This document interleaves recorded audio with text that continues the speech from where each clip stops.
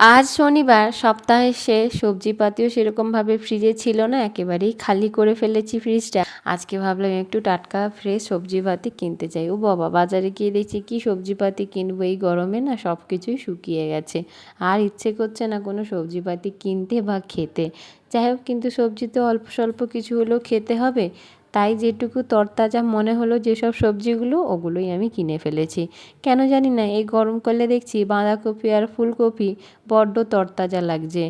তো এই দেখে তো আমি তো কিনেই ফেলেছি। বরমশাই বকছে সবই ওষুধ দিয়ে এইসব তরতাজা করে রেখেছে, এগুলো শরীরের জন্য আরোই খারাপ, তার থেকে শুকনো জিনিস খাওয়া ভালো, এইসবই বরমশাই বলছিল। আচ্ছা ঠিক আছে, চলো খেতে তো হবেই, যাই হবে হবে আর কি। তো এই জন্য একটা ফুলকপি, বাঁধাকপি নিয়েছি, কুমড়ো নিয়েছি, বিনস নিয়েছি, আর ছেলের জন্য একখানা কোয়াশ নিয়েছি, আর এই যে এঁচোড় নিয়েছি। একদিন এঁচোড়ের ভাবছি কোপ্তাকারি করব। এঁচোড় চিংড়ি খাওয়া হয়েছে, কিন্তু কোপ্তাকারিটা খাওয়া হয়নি, তাইও একটা নরম ছোট দেখে এঁচোড় নিয়ে নিয়েছি, আর একটা নিয়েছি কর্ন। এই সুইট কর্ন দিয়ে বানাবো একদিন রাইস।